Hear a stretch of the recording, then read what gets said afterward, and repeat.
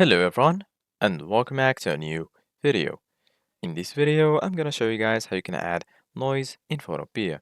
So if you guys want to learn how to do it, just follow the steps that I'm gonna show you. As you can see guys, I'm right now in Photopea, and this is how the homepage looks like. So right here in the left side of your screen, you're gonna find all of the sections. Right here, you're gonna find Home, This Device, PL Drive, Dropbox, OneDrive, Google Drive, Shared Drive, and so on. And right here in the center of your screen, you're gonna find New Project, Open from Computer, Templates, and Install Photopea. So right now, I'm gonna click on New Project. So once you click on New Project, you're gonna be right here in this page.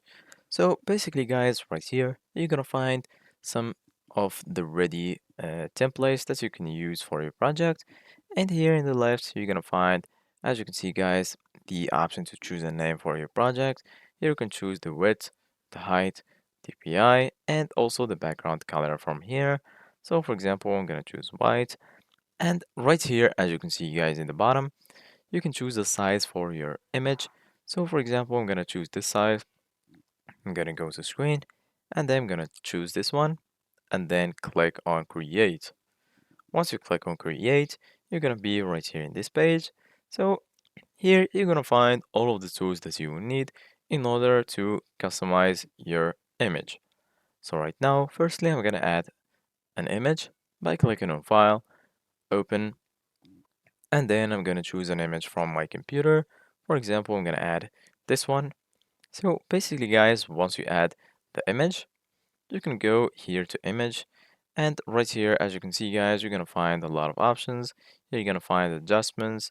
From here, you can change the brightness or contrast and a lot of options. And if you go to filters, right here, as you can see, guys, you're gonna find noise. You can add noise from here.